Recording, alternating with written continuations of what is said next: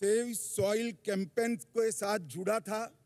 आपने हमारी सबसे अमूल्य धरोहर हमारी मिट्टी के लिए पूरे देश भर में संस्कार जगाया और पूरे विश्व को पर्यावरण का एक सुंदर संदेश भेजने का काम किया है। ನೀವು ಮಣ್ಣು ಉಳಿಸಿ ಅಭಿಯಾನವನ್ನು ನಡೆಸಿದ್ರಿ. ಮಣ್ಣಿನ ಅಮೂಲ್ಯ ಜೀವನದಲ್ಲಿ ಅಮೂಲ್ಯ ಸ್ಥಾನವನ್ನು ನೀವು ಎಲ್ಲರಿಗೂ ತಿಳಿಸಿಕೊಟ್ರಿ. ಇಡೀ ದೇಶದ ಜನತೆಯನ್ನು ಮಣ್ಣಿನ ಮೌಲ್ಯಕ್ಕೆ ಎಚ್ಚೆತ್ತುಕೊಳ್ಳುವಂತೆ ಮಾಡಿದ್ರಿ. मैं सदगुरु जी को बड़ी विनम्रता से कहना चाहता हूं, सदगुरु जी आप पूरे राष्ट्र की संपत्ति के रूप में दुनिया के सामने उभर कर आए हैं. ಇದನ್ನು ನಾನು ಬಹಳ ವಿನಮ್ರತೆಯಿಂದ ಸದ್ಗುರುಗಳಿಗೆ ಹೇಳ್ತಾ ಇದ್ದೀನಿ. ಸದ್ಗುರುಗಳೇ, ನೀವು ನಮ್ಮ ದೇಶದ ಒಂದು ನಿಧಿಯಾಗಿ ಮೂಡಿ ಬಂದಿದ್ದೀರಿ. ನಾನು தெரிவித்துக்கொள்கின்றேன். मित्रों, सदगुरु जी ने आदि योगी के माध्यम से योगा को एक नया रूप देने का काम किया और मोदी जी ने विश्व योग दिन मनाकर पूरी दुनिया को योग के सामने योग के लिए आकर्षित करने का काम किया है. ಆದಿಯೋಗಿಯ ಮೂಲಕ ಸದ್ಗುರುಗಳು ಯೋಗವನ್ನು ಜಗತ್ತಿಗೆ ಸಮಕಾಲೀನ ರೀತಿಯಲ್ಲಿ ಪ್ರಸ್ತುತಪಡಿಸಿದರು. ಅಂತೆಯೇ ಪ್ರಧಾನಮಂತ್ರಿಗಳಾದ ಶ್ರೀ ನರೇಂದ್ರ ಮೋದಿಯವರು ಜಗತ್ತಿಗೆ ಯೋಗವನ್ನು ಪರಿಚಯಿಸುವ ನಿಟ್ಟಿನಲ್ಲಿ ಮಹತ್ವದ ಕಾರ್ಯವನ್ನು ಮಾಡಿದರು. ಸರ್ವತಕ್ अहम से वयम तक, संकल्प से सिद्धि तक और वैराग्य से समाधि तक ले जाने का काम करता है. யோக மரபானது தன்னலம் என்ற நிலையிலிருந்து பிரபஞ்ச உணர்வுக்கும் ಯೋಗವು ಅಹಂಕಾರದಿಂದ ಸಾರ್ವತ್ರಿಕತೆಯೆಡೆಗೆ,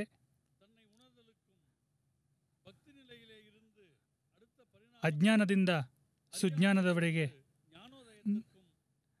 ಜ್ಞಾನೋದಯದವರೆಗೆ ನಮ್ಮನ್ನು ತೆಗೆದುಕೊಂಡು ಹೋಗುವಂತಹ ಶಕ್ತಿಯನ್ನು ಹೊಂದಿದೆ. प्राचीन होकर भी प्रासंगिक है, यह स्थिर होकर भी गतिशील है.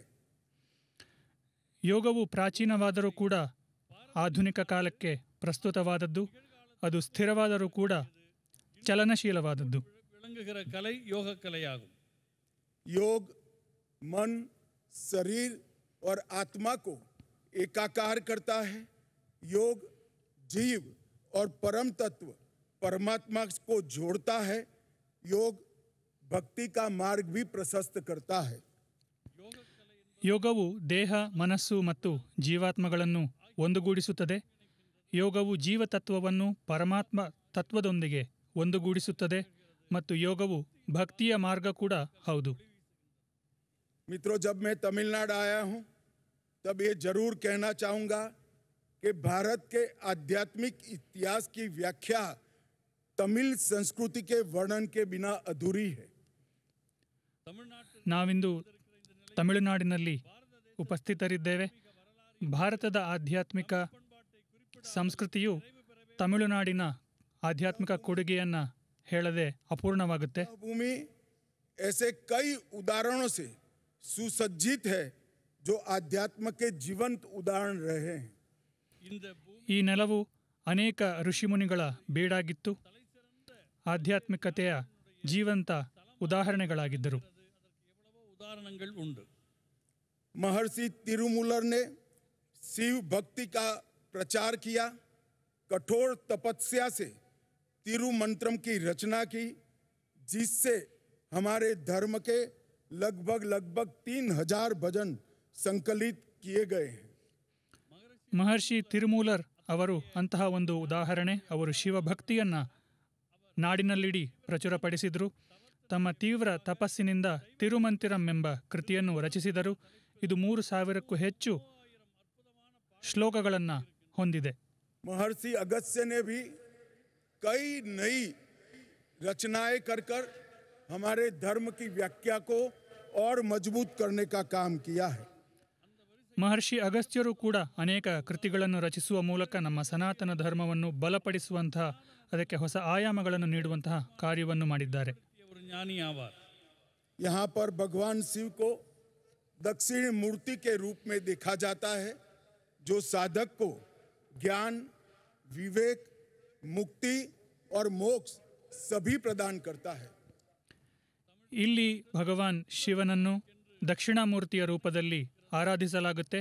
ದಕ್ಷಿಣಾಮೂರ್ತಿಯು ಜ್ಞಾನ, ವಿವೇಕ ಮತ್ತು ಮುಕ್ತಿಯನ್ನು ಸಾಧಕರಿಗೆ ನೀಡುತ್ತಾನೆ. தன்னை வழிபடுபவர்களுக்கு ஞானம், சமநிலை, விடுதலை, முக்தி ஆகியவற்றை அருளுகிற கடவுளாக விளங்குகிறார். सदगुरु जी, मैंने आपके शिवरात्रि महोत्सव के लिए बहुत कुछ सुना था, सुनकर भी अनुभूति होती थी, मगर आज मैं यहाँ आया हूँ तब मैं निश्चित रूप से पूरे विश्व को कहना चाहता हूँ, ये अद्भुत है, अकल्पनीय है, अवर्णनीय है। சத்குரு அவர்கள் ಸದ್ಗುರುಗಳೇ, ನಾನು ನಿಮ್ಮ ಮಹಾಶಿವರಾತ್ರಿ ಆಚರಣೆಯ ಬಗ್ಗೆ ಹಲವು ವಿಷಯಗಳನ್ನು ಕೇಳಿದ್ದೆ. ಕೇಳಿಯೇ ನಾನು ಪುಳಕಿತನಾಗಿದ್ದೆ. ಇಂದು ಇಲ್ಲಿ ನೇರವಾಗಿ ಉಪಸ್ಥಿತನಿದ್ದೇನೆ. ಇಲ್ಲಿ ಬಂದ ನಂತರ ನಾನು ಜಗತ್ತಿಗೆ ಹೇಳ ಬಯಸುವಂತಹ ವಿಷಯ ಏನು ಅಂದರೆ, ಇದು ವರ್ಣಿಸಲಸದಳವಾದದ್ದು.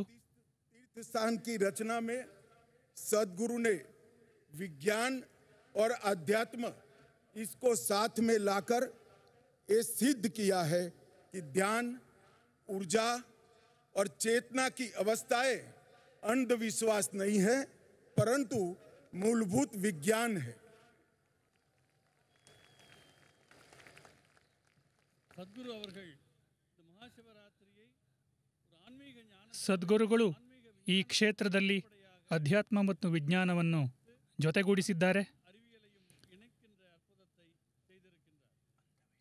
सदगुरु जी, आपने सभी को ये अनुभूति कराई है, शिव ही शाश्वत है, शिव ही चेतना है और शिवत्व को जागरूक करने का यही एक रास्ता है।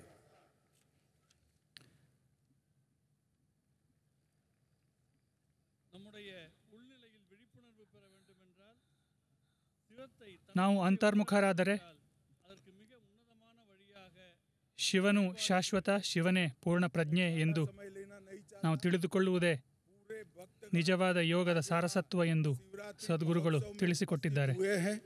मैं आशा करता हूं कि हम सब यहाँ से शिव तत्व को स्वयं में समाहित कर कर शिवांग बनने की ओर आगे बढ़ेंगे। सदगुरु जी का फिर से एक बार बहुत बहुत धन्यवाद, प्रणाम। நான் அதிக நேரம் எடுத்துக்கொள்ள விரும்பவில்லை. ನಾವು ಇಂದು ಇಲ್ಲಿ ಭಾಗವಹಿಸಿ ಶಿವತತ್ವವನ್ನು ನಮ್ಮೊಂದಿಗೆ ಜೊತೆಗೂಡಿಸಿಕೊಂಡು ಶಿವಮಯರಾಗುತ್ತೇವೆ ಎಂದು ಆಶಿಸುತ್ತೇನೆ. முக்கியம் என்பதை